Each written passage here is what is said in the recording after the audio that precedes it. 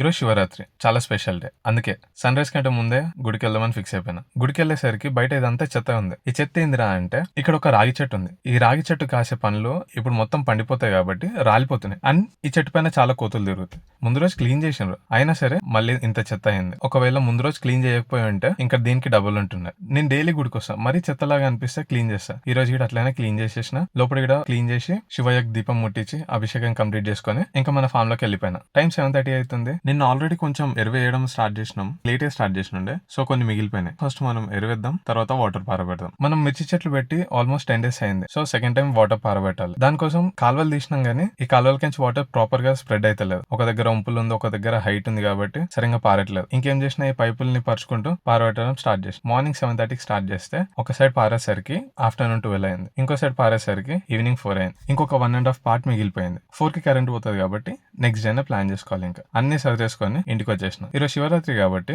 మా దగ్గర ఉన్న డాగ్ కి స్నానం చేయాలని ఫిక్స్ అయిపోయినా. చైన్ పట్టుకుంటే వాళ్ళు బయటికి తీసుకెళ్తాను అనుకుంటాడు, కానీ మనకు అర్థం కాదు ఏంటంటే ఇప్పుడు స్నానం చేపిస్తా వాడికి.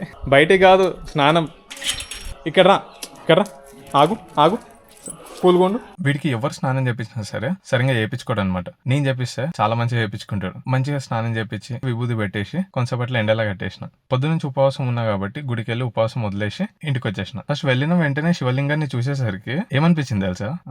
శివయ్య మస్తున్నావు కదా అని అనిపించింది నాకు లోపల. ఆ ఫీల్ నాకు చాలా మంచిగా అనిపించింది. అదనమాట.